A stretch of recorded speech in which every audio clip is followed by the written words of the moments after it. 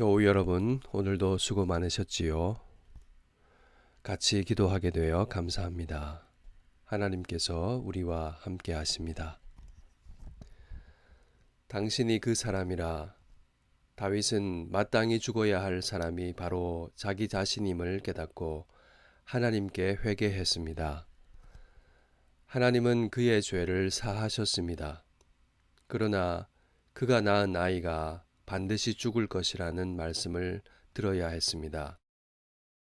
아이가 아프기 시작하자 다윗은 식음을 전폐하고 땅에 엎드려 밤새도록 부르짖었습니다. 신하들이 만류해도 소용이 없었습니다. 다윗은 지금 자신의 죄악과 직면하고 있습니다. 자기 때문에 죽어야 하는 아이를 생각하며 애통합니다. 7일째 되던 날 결국 아이가 숨을 거두었습니다. 다윗은 신하들이 수군거리는 것을 보고 묻습니다. 아이가 죽었느냐? 아이가 죽었습니다. 이에 다윗은 땅에서 일어나 몸을 씻고 기름을 바르고 의복을 갈아입고 여호와의 전에 들어가 경배했습니다. 왕궁으로 돌아와 음식을 차리게 하고 음식을 먹었습니다. 언제 그랬나는 듯 평범한 일상으로 돌아간 것입니다. 얼마나 충격이었던지 신하들도 참지 못하고 질문했습니다.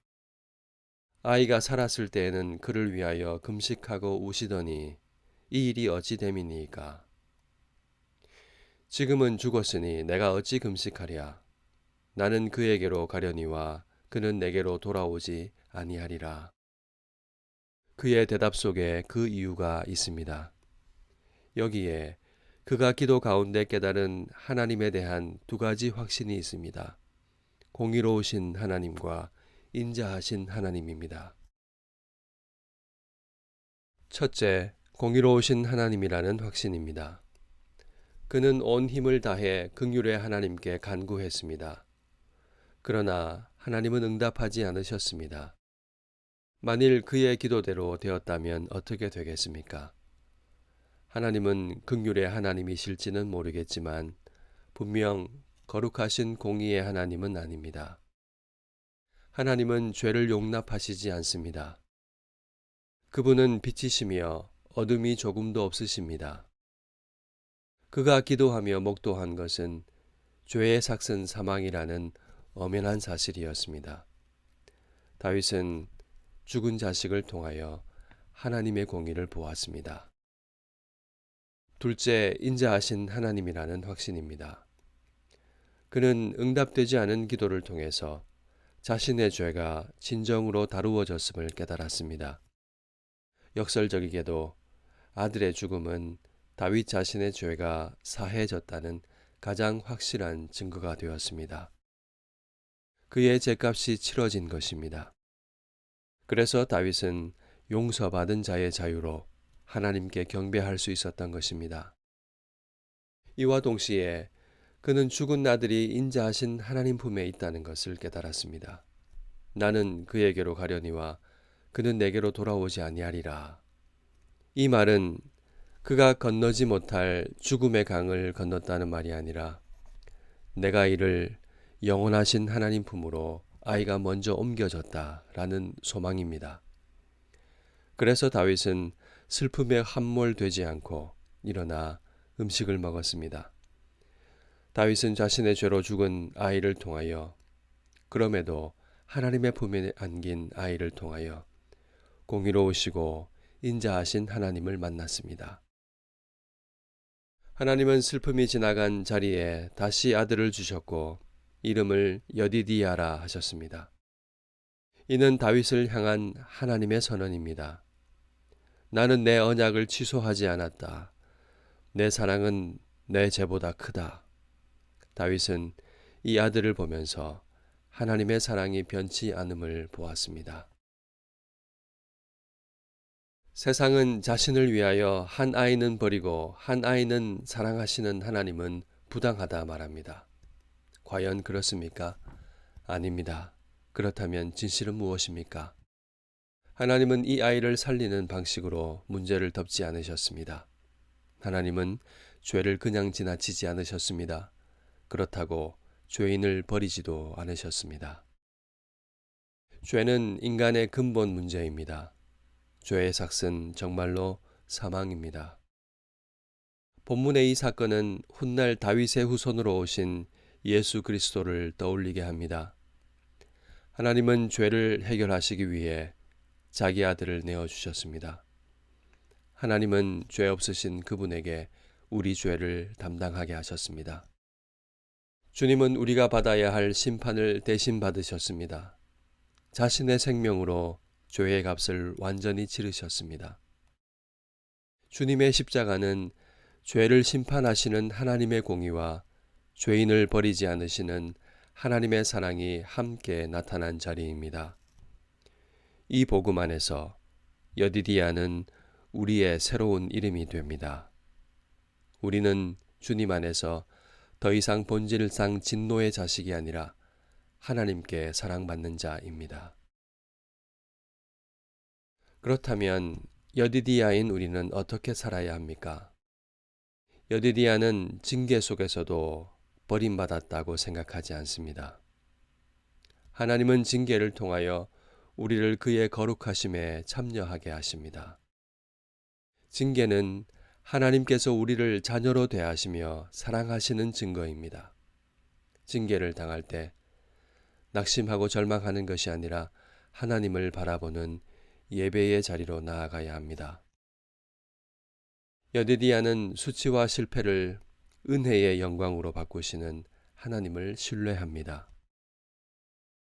누구나 과거의 상처와 실패와 뼈아픈 죄의 흔적들이 있습니다.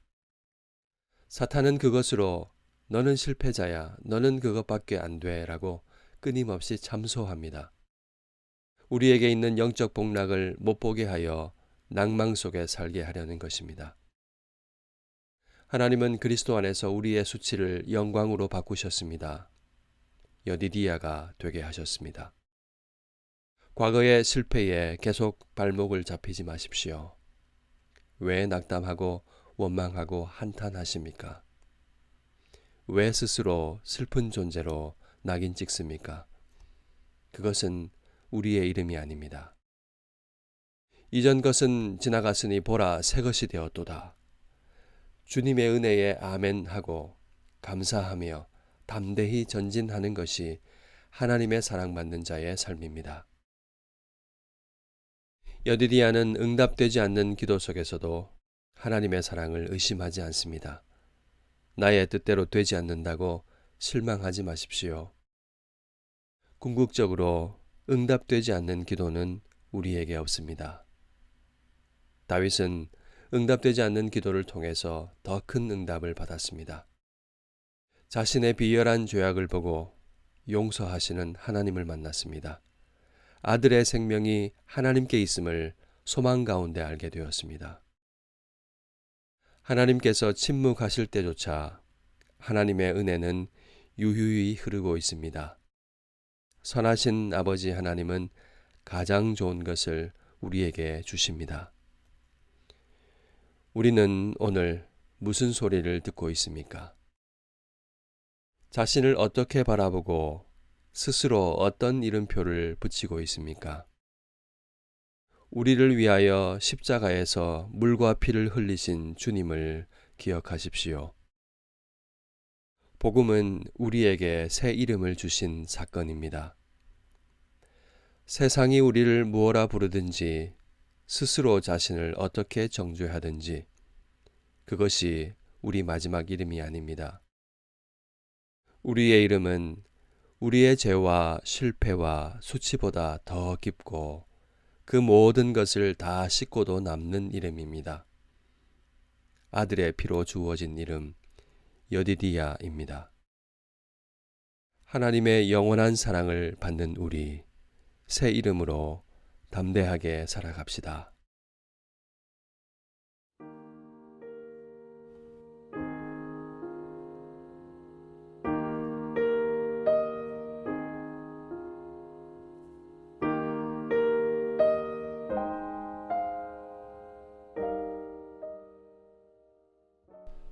말씀을 생각하며 함께 기도하겠습니다.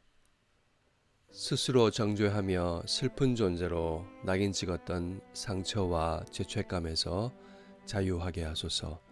그리스도 안에서 우리를 사랑하시는 하나님 아버지의 따뜻한 시선을 보게 하여 주시옵소서.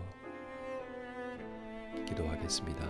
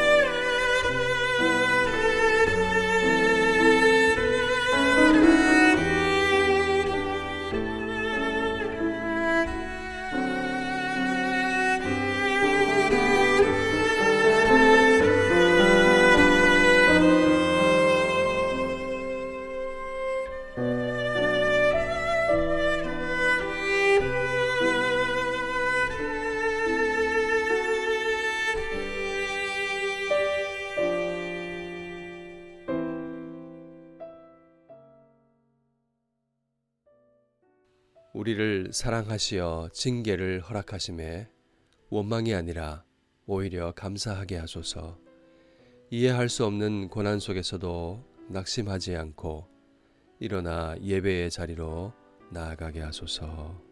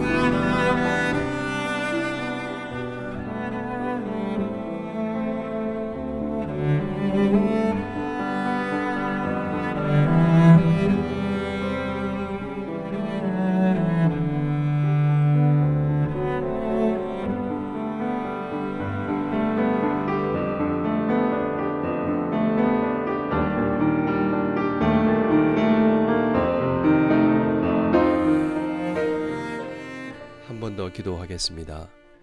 세상의 소리보다 하나님의 음성에 귀를 기울이게 하시고 하나님께 사랑받는 자 여디디아로 살아가게 하옵소서. 우리의 가정과 일터와 교회 가운데 감사와 찬송이 흘러넘치게 하옵소서. 기도하겠습니다.